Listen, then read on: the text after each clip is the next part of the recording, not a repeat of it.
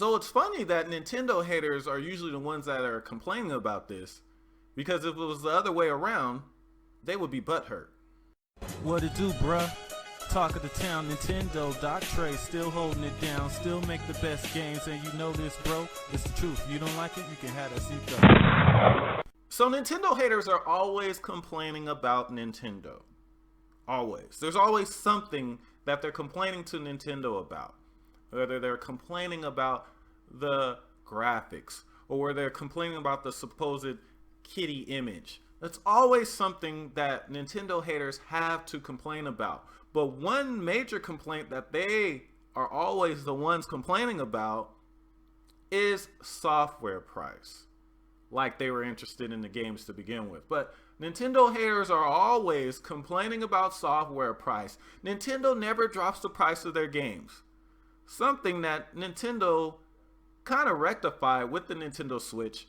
Games do go back to being full price, but the Nintendo Switch probably has had the most frequent price drops of games of any Nintendo system in quite a long time. Like the best-selling games, the best-selling first-party games on the Nintendo Switch have been as low as $39, $34, or even below that.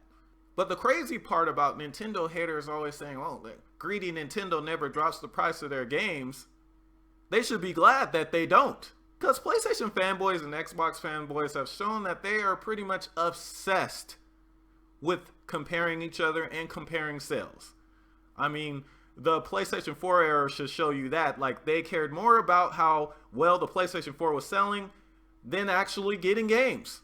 And that's part of the reason why those games are going to PC. That's part of the reason why there was huge gaps in between their releases, because they didn't care. Now, I want Nintendo haters to think about something for 1 second. Let's say that Nintendo first-party games did drop as low as Sony and Microsoft first-party games. These games are already selling 20 million, 15 million, 13 million at $60 on Switch. What do you think would happen if first-party Nintendo games dropped to $10, $15, $13 like Sony and Microsoft exclusives? What do you think would happen? I'll tell you what would happen. These games would sell like 100 million copies. So, Nintendo haters, do you want the whole top 100 best-selling games of all time to all be Switch exclusives?